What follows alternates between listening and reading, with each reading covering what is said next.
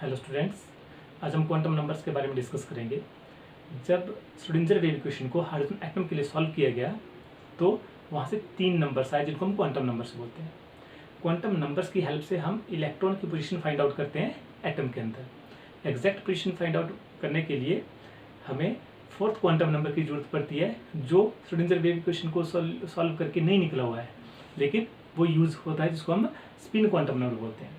तो पहला quantum number है हमारे पास प्रिंसिपल क्वांटम नंबर, इसको हम स्मॉल n से डिनोट करते हैं।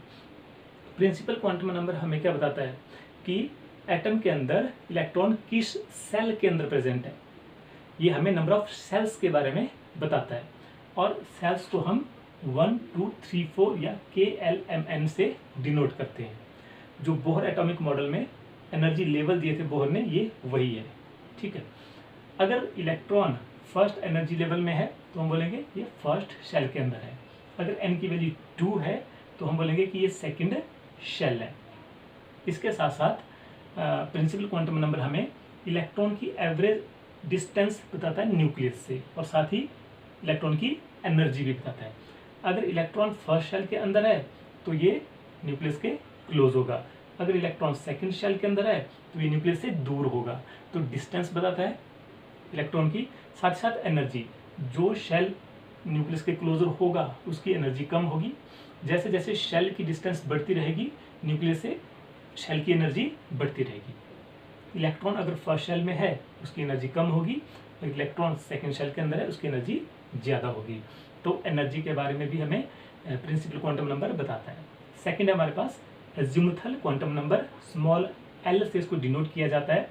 इसको हम orbital angular momentum quantum number या फिर सब्सिडियरी क्वांटम नंबर भी बोलते हैं। इस क्वांटम नंबर को अर्नोल्ड सोमरफेल्ड, जर्मनी के साइंटिस्ट है, इन्होंने दिया था। एजिमुथल क्वांटम नंबर हमें सब सेल के बारे में बताता है कि एक शेल के अंदर कितने सब सेल्स हैं। शेल्स कौन बता रहा है? Principal quantum number. और एजिमुथल क्वांटम नंबर हमें बता रहा है सब शेल्स, सेल के अंदर कितने सब सेल्स हैं। तो एजिमुथल क्वांटम नंबर L की वैल्यू n की वैल्यू पे डिपेंड करती है, और इसकी वैल्यू हमेशा 0 से शुरू होगी, 1, 2, 3, 4, और लास्ट कहाँ तक जाएगी? n-1 तक। ठीक है, जैसे मान लो n की वैल्यू है 1, तो n-1, 1 - 1 कितना हो गया? 0। तो L की वैल्यू केवल एक ही होगी और वो है 0। n की वैल्यू अगर 2 है तो 2 - 1 हो गया 1। तो L की वैल्यू 0 से शुरू होकर 1 तक जाएगी, 0 and 1। n की वैल्यू अगर 3 है तो n-1, 3 - 1 कितना हो गया? 2। तो L की वैल्यू 0 से शुरू होकर 2 तक जाएगी, 0, 1, 2। इसी तरह से n की वैल्यू अगर 4 है तो L की वैल्यू क्या हो जाएगी? 0, 1, 2, 3, लास्ट वैल्यू 3, क्योंकि 4 - 1 कितना होता है? 3 होता है। तो L की वैल्यूज हमारे पास आ रही है 0, 1, 2, 3।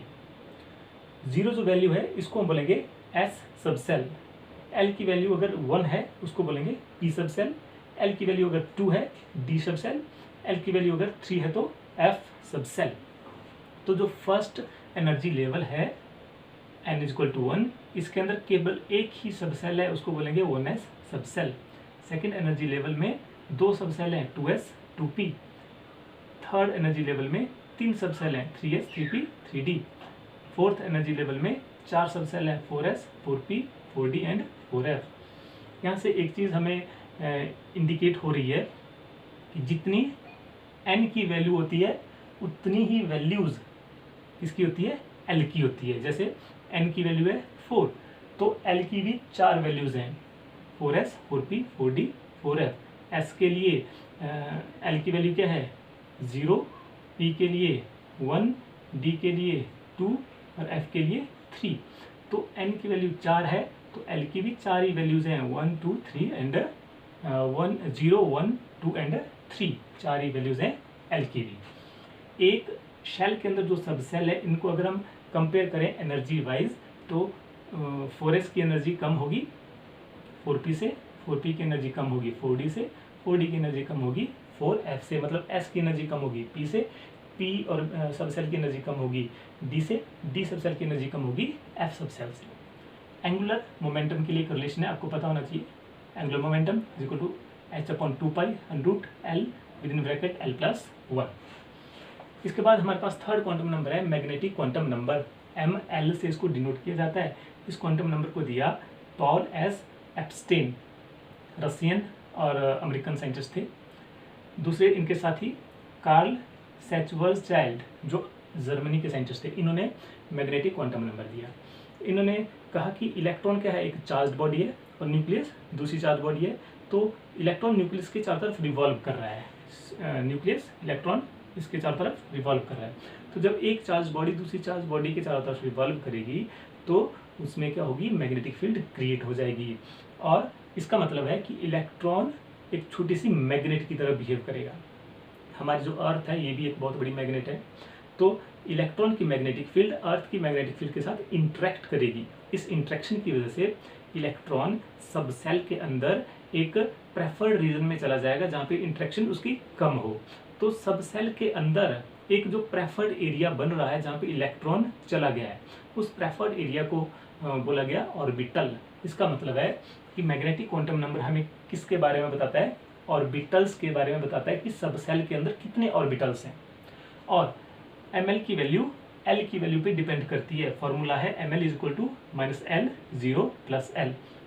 जो भी l की वैल्यू होगी माइनस से शुरू करना है, 0 तक जाना है, फिर प्लस वैल्यू तक जाना है l की।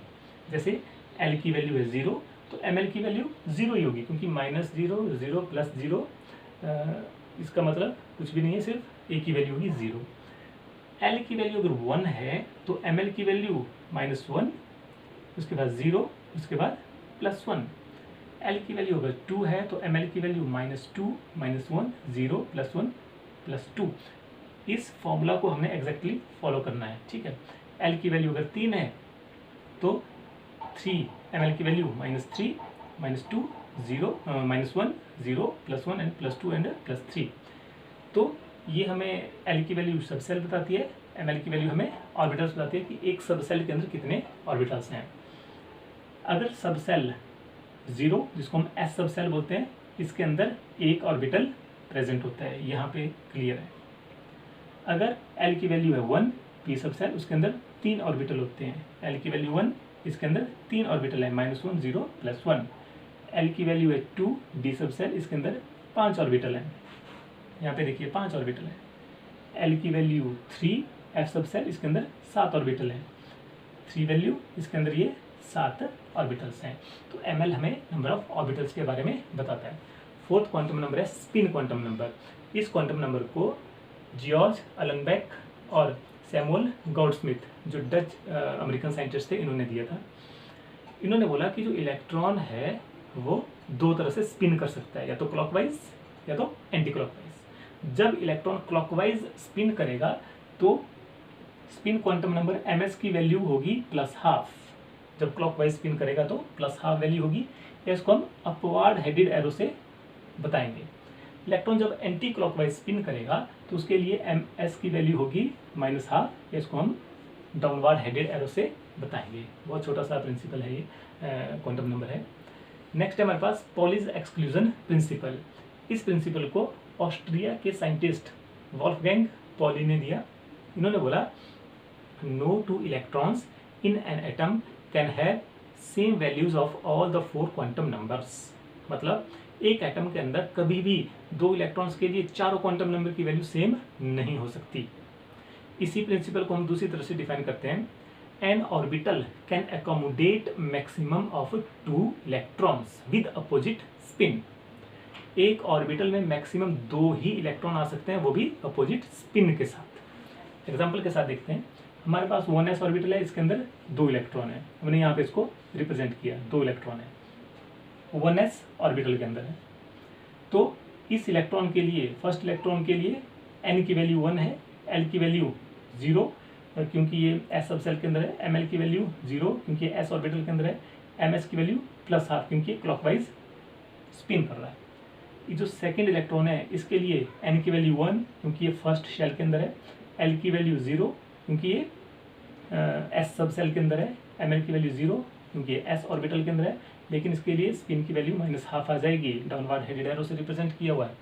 तो इन दोनों इलेक्ट्रॉन के लिए 3 क्वांटम नंबर की तो सेम आ रही है वैल्यू, लेकिन चौथे क्वांटम नंबर की वैल्यू डिफरेंट है। तो एक एटम के अंदर 2 इलेक्ट्रॉन के लिए कभी भी चारों क्वांटम नंबर की वैल्यू सेम नहीं आएगी। यह है पॉलीज एक्सक्लूजन प्रिंसिपल। या एक ऑर्बिटल में मैक्सिमम 2 ही इलेक्ट्रॉन आएंगे, वो भी अपोजिट स्पिन के साथ। नेक्स्ट हमारे पास बहुत छोटे छोटे रिलेशन है जो आपको पता होना चाहिए। Number of sub shells in nth shell equal to n, number of orbitals in sub shell equal to 2l+1, number of electrons in sub shell equal to 2 with in bracket 2l+1, इसको हम 4l+2 भी लिखते हैं। Number of orbitals equal to n square and number of electrons equal to 2n square. तो आज के topic बहुत important थे, अच्छे से देख के इसको समझना है। ठीक है, थैंक यू।